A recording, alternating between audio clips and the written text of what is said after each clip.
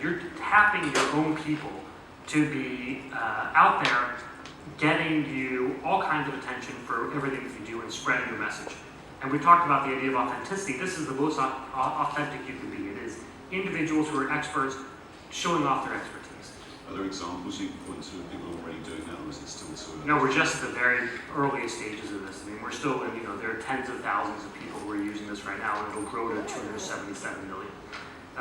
And so I think there's a chance right now. What we're hoping to do is watch really smart companies and really smart marketers learn how to use this in the right way.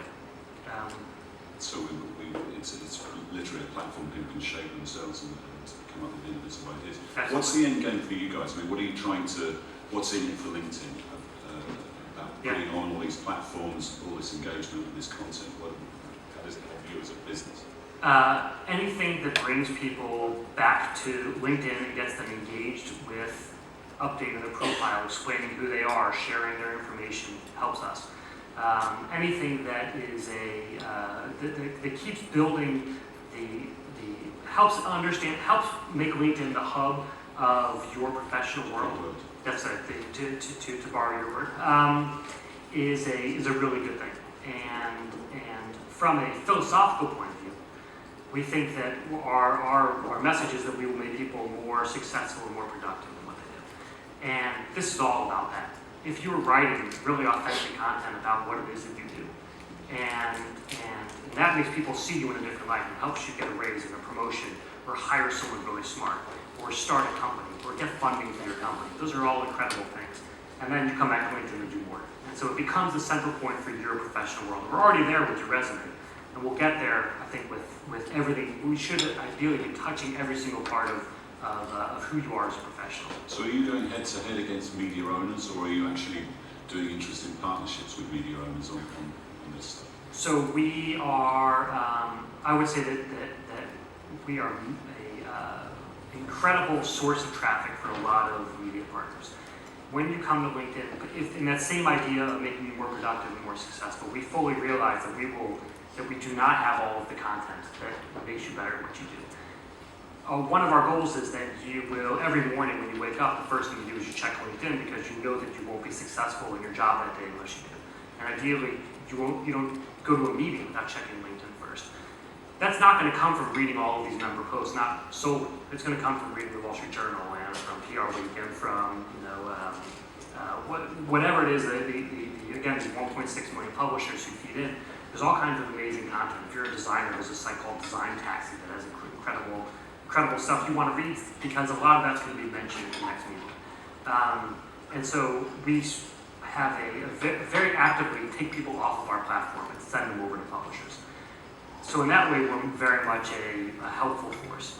Now, we are all competing for people's limited time. And so, but the key there is this should be a race of engagement. How do you become more engaging? And if we're all winning, the more engaging we all are, the better off everyone is. Great, so I wanted to open it up to the audience. I'm sure there's plenty of questions. If you just say who you are and where you're from, and we've got some mics floating around the room. Let's start down there with Ken. Hi, Ken Schumann with Trulia. Our CEO, Pete Flint, is an influencer, and it's amazing when LinkedIn or Jeff himself actually tweet an influencer's post, what it does for reach, and it's kind of like validation that the company thinks it's a good one.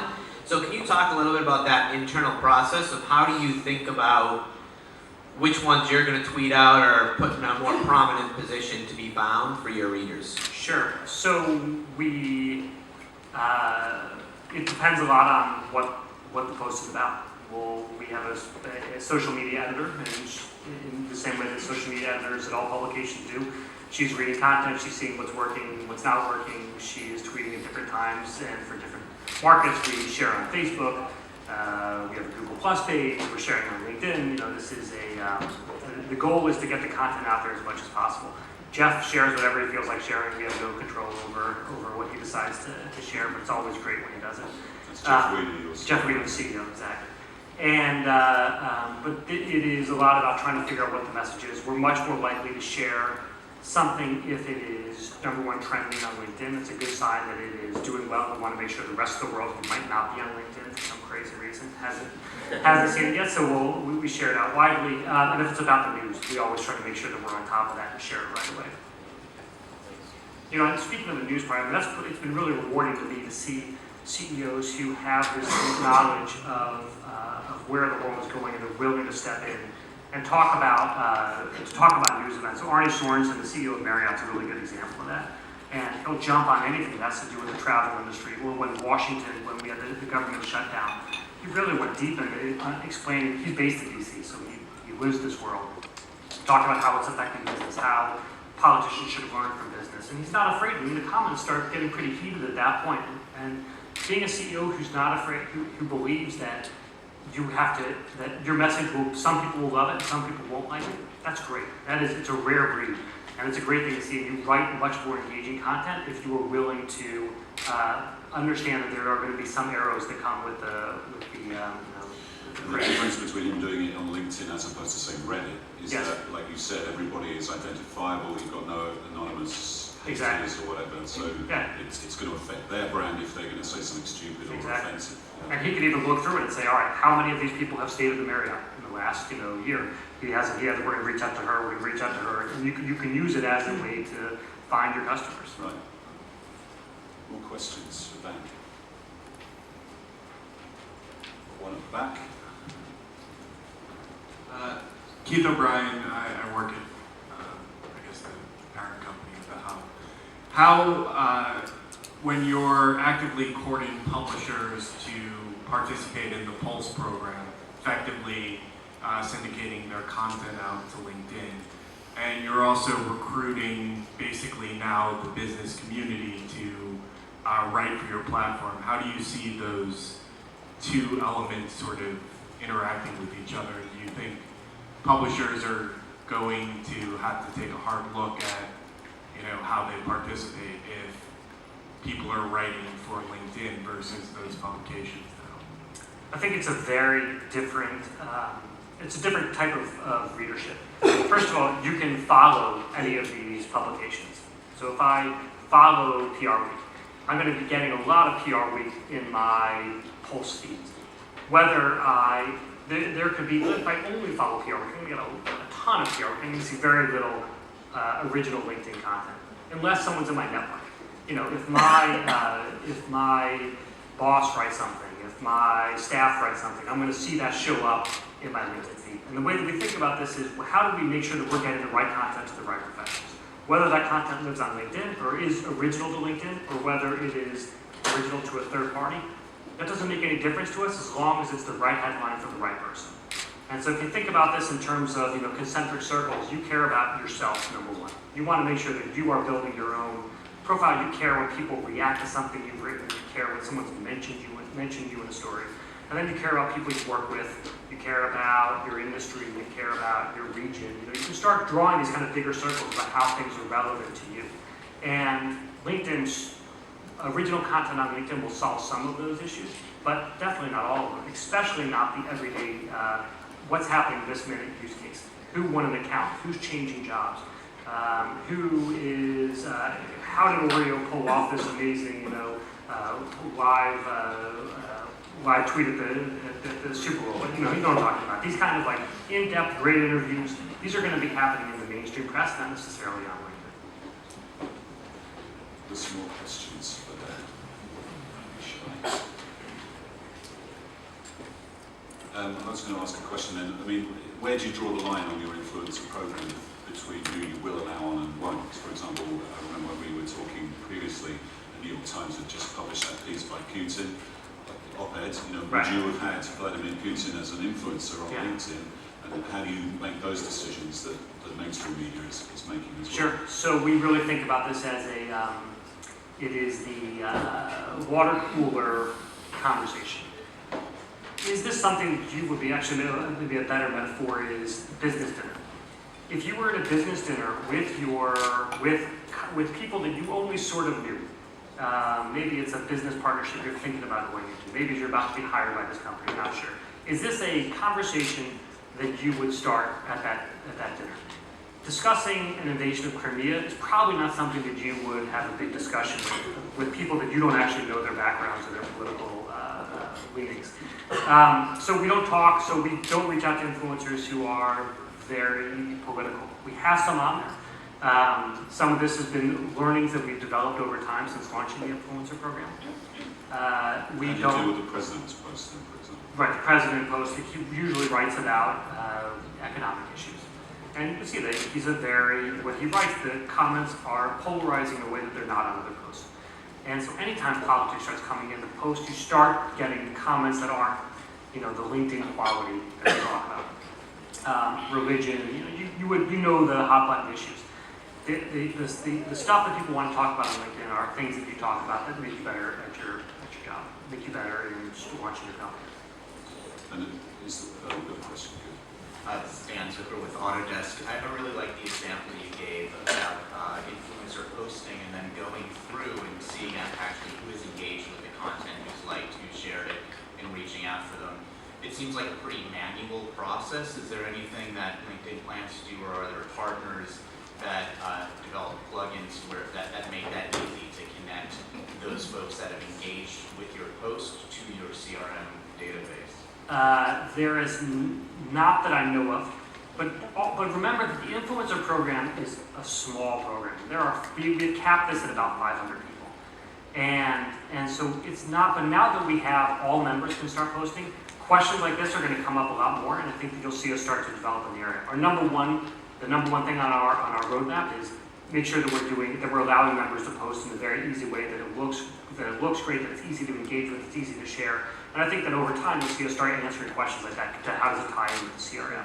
But for now, the key is help people write, make sure that the writing goes everywhere, make sure people are engaging with it, get them to write again, help them solve the blank page problem, what am I going to write about?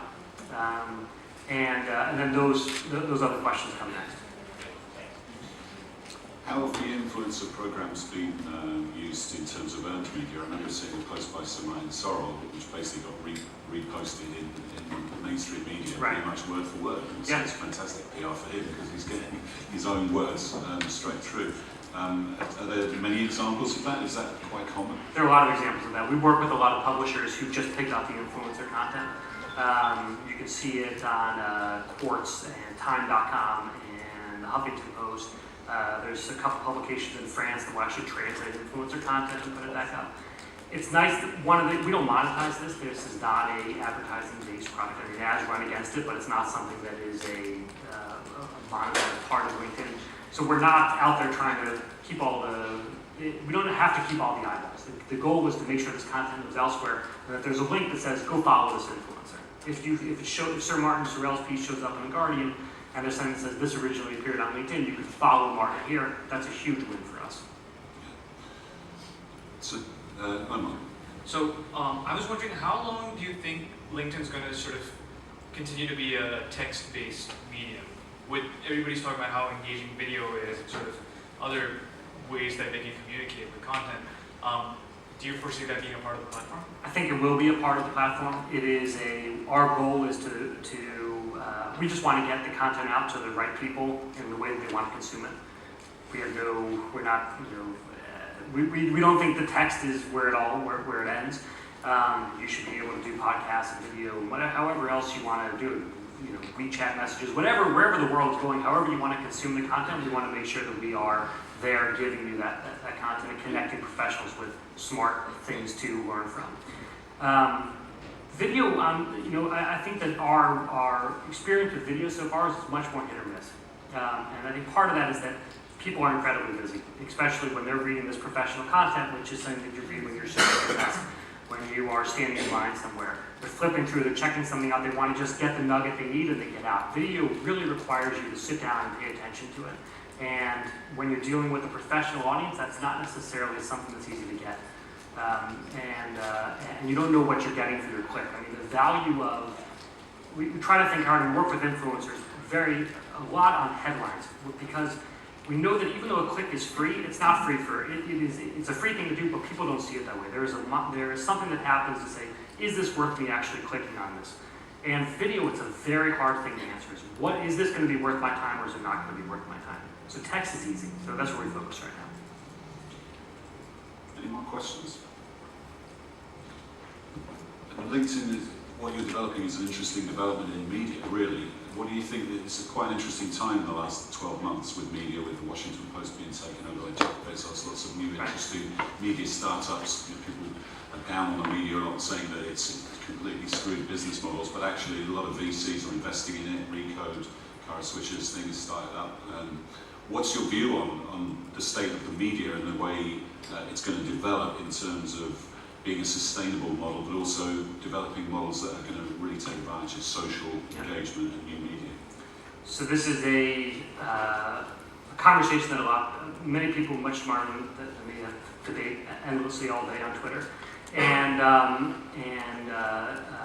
not sure that what the answer is for where it all goes. All I can say that is as a consumer and as a journalist, I love the fact that this is exploding. That people are. I know that when I go out and try to find editors, it is a race to try to hire the best people. That was not the case 3 years ago. It was a buyer's market, and so anything that is giving journalists ways to be employed and getting them to write great content, and again this fight on making sure that you're writing engaging things, and the race to capture people's eyeballs, which doesn't, by the way, always mean writing listicles and using cat pictures. That's the answer that a lot of people give. Well, this is where we're headed. I don't believe that's true. The fact that if you write something smart, it gets shared widely is a really great sign. And so people are spending a lot of time thinking about quality. Brands are spending a lot of time thinking about it, and they realize that what they used to put out doesn't work anymore. And so they're looking at journalists and they're saying, well, how did they do what they did? And what is it? You look at someone like Dan Lyons at HubSpot, who was the fake Steve Jobs, he was a Forbes writer, now he's doing these really interesting posts at HubSpot about the future of the world, and it's very unguarded. What he says is exactly what Dan Lyons has a very strong voice. And the fact that a company like HubSpot doesn't seem to have a problem letting him have his opinions be out there, backed up by real data and by informed reporting, it's great, but it is this belief that there seems to be a freedom of saying, all right, we're going to let voices blossom. Where's where it goes? I have no idea how the business model shakes out, but I think it's a great thing for us as consumers and readers and people trying to get smarter. That's a good, nice, positive note to end on. So Dan, thanks for sharing your Thanks insights. a lot. Really fascinating.